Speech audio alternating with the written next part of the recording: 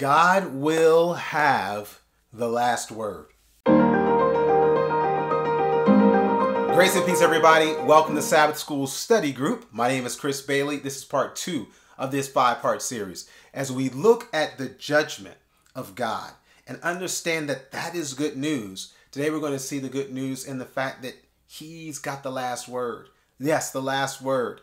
That is important whenever we're having a dialogue or whenever we're having a conversation. Sometimes you'll even see it in an interviewer speaking to an interviewee, and they'll relent and say, I'm going to give you the last word. And they let them finish out their word. They let them finish out what it is they're trying to say. And when we do that, it in a way, it gives that person an authority.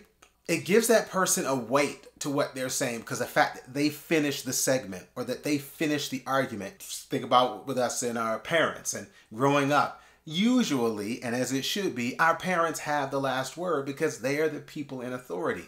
In the context of judgment, and this judgment that is over all of humanity, it's important to see that God has this final word.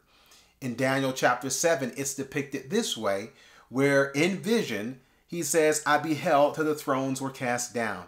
And the Ancient of Days did sit, whose garment was white as snow, and the hair of his head like the pure wool. His throne was like the fiery flame, and his wheels as burning fire. A fiery stream issued and came forth from before him. Thousands ministered unto him, and 10,000 times 10,000 stood before him. The judgment was set, and the books were opened.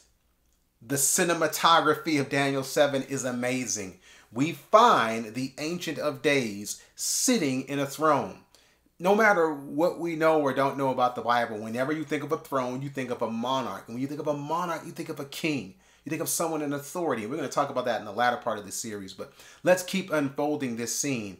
Let's keep unfolding the scene, though, to establish who's got the last word. There in verse number 11, I beheld then because of the voice of the great words which the horn spake. I beheld even till the beast was slain and his body destroyed and given to the burning flame. As concerning the rest of the beasts, they had their dominion taken away. Yet their lives were prolonged for a season and a time. Daniel was one of those books, one of those comic strip revelatory books that shows scripture revealing the future through symbols. And one of the symbols that is used is that of beasts and these animals, and they represent different kingdoms. And in fact, all the beasts in Daniel represent the kingdoms that ruled over the place of the people of God, literally over Israel. And so that's why they're called out, and we don't see these other civilizations that we know were great. They didn't have that role in God's play. So now as we see these nations, they come, but eventually they go.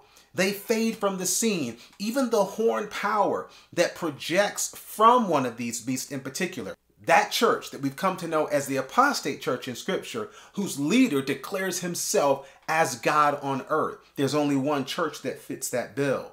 But even they, and even that will pass away.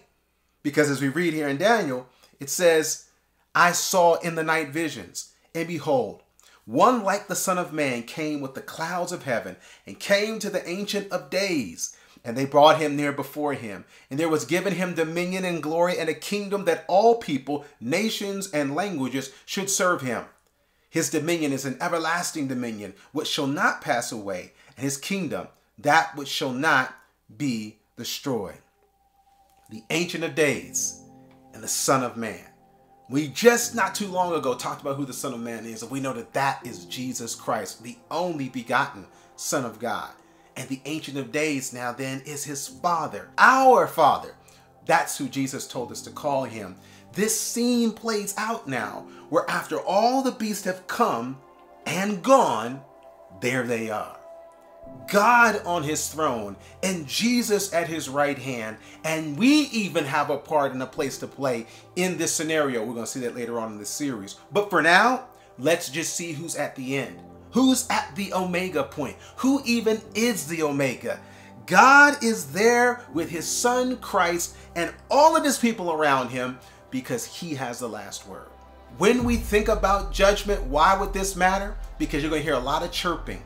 You'll even have a lot of thoughts come into your head and bring up what has happened either because of you or either to you.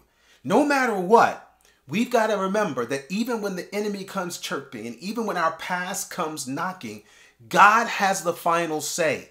He will outlast them all. And he is the one who tells us, if you receive my son and if you rest in his righteousness, I will not see you as you are. I will see you as you are in him. He has the last word. Yes, the judge has the last word in our trial. Not our attorney and not even the prosecuting attorney. God has the last word. He's accepted the sacrifice of his son, who, by the way, is our attorney. And when he sees his blood, it is my blessing. When he sees Christ's life, it is my lifeline. It's your lifeline. Remember who has the last word. It's not about what you say about yourself, and it's not about what others say about you. What truly matters is not what even God says about you. It's what he knows about you. And I hope he knows that you are trusting in him.